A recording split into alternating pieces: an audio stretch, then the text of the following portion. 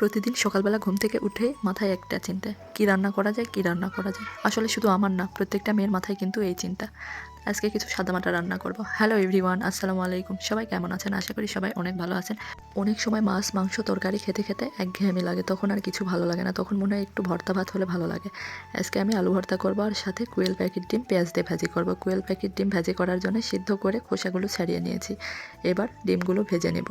আর যত রকমের ডিম আছে সব ডিমের থেকে আমার কোয়েল প্যাকেট ডিমটা বেশ ভালো লাগে। ছোট ছোট বাচ্চারা কিন্তু কোয়েল প্যাকেট ডিম অনেক পছন্দ করে, বেশ আনন্দ সহকারে খায়। ডিমগুলো আজকে আমি ভুনা করব না, লবণ, হলুদ, গুঁড়া মরিচ দিয়ে সামান্য একটু ভেজে নেব। ডিম বেশি ভাজলে আমার কাছে তেমন একটা ভালো লাগে না, হালকা হালকা ভাজি করলে বেশ ভালো লাগে। অনেকগুলো পেঁয়াজ নিয়ে নিয়েছি ডিমের সাথে ভাজি করার জন্য। আর পেঁয়াজ কাটতে কি যে প্যারা, চোখ দিয়ে পানি পড়ে যায়। যতই কষ্ট হোক না কেন, এমন অনেক কাজ আছে যেটা করতে হয়। সংসার সামলাতে গেলে, রান্না করতে গেলে অনেক কিছুই করতে হয়। আসলে ভালোবাসার মানুষগুলোর জন্যই তো কষ্ট করে রান্না করা হয়। তারা যখন তৃপ্তি করে মজা করে খায় এবং রান্নার প্রশংসা করে, তখন সব কষ্ট দূর হয়ে যায়।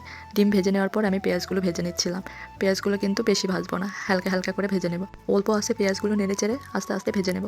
তারপর আস্তে আস্তে পেঁয়াজের কালারটা কি সুন্দর আসছে, একটু একটু ব্রাউন কালার চলে আসছে, পুরোপুরি ভাজি হয়ে গেলে এখানে ডিমগুলো দিয়ে আবার ডিম একসাথে নিয়ে সুন্দর করে ভেজে নেব। এইভাবে মাছ ভাজি করলেও কিন্তু অনেক মজা লাগে। আমি বেশিরভাগ সময় মাছ ভাজি, বেগুন ভাজি, পটল ভাজি, এইসব ভাজিগুলোতে এইভাবে পেঁয়াজ দিই। আমার কাছে তো খুব ভালো লাগে। পেঁয়াজ দিয়ে যে কোনো কিছু এইভাবে রান্না করলে মনে হয় যে মাংসর থেকে সেই ভাজি দিয়েই বেশি ভাত খাওয়া যায়, আর অনেক ভালো লাগে। আমার ডিম রান্না কমপ্লিট। এবার আমি আলু সিদ্ধ করে রেখেছিলাম, সালাদ কেটে রেখেছিলাম, সেগুলো এখন ভর্তা বানিয়ে ফেলবো।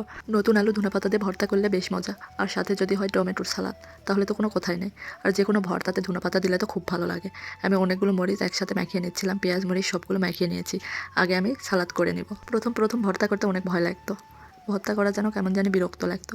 আর এখন আসে সব কাজগুলোই ভালো লাগে। আসলে এক সময় যে কোনো কাজ করতে করতে সেটা অভ্যাসে পরিণত হয়ে যায়, তখন আর ভালো মন্দ কিছু কাজ করে না গো।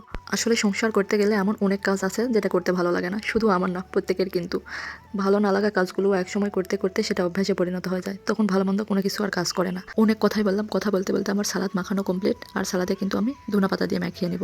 ভর্তাগুলোর সাথে ছিল সেই বড় বড় মরিচগুলো, সেই মরিচগুলো তো একটা একজন খেতে পারছে না, এই জন্য আমি মরিচগুলো ছোট ছোট করে কেটে নিয়েছিলাম, যেন একজন একটা করে খেতে পারে। সালাদের কালার দেখতে কিন্তু অনেক সুন্দর লাগছে।